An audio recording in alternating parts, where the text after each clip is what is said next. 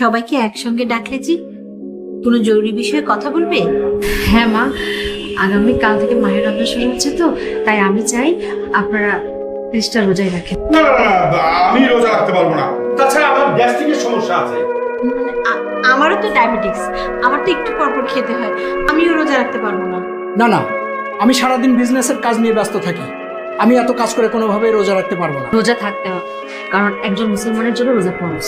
আল্লাহ তাআলা বলেছেন মানুষের অন্য সব আমল তার নিজের জন্য, আর একমাত্র রোজা আমার জন্য। আল্লাহ তাআলা আরো বলেছেন রোজাদার ব্যক্তিকে জান্নাতের উচ্চ মাকাম দান করুন। রমজান মাসে একটি রোজা করলে 70টা রোজা রাখার সওয়াব পাওয়া। রোজার মাসে জাহান্নামের সব দরজা আল্লাহ তাআলা বন্ধ করে দেন এবং জান্নাতের সব দরজা খুলে দেন।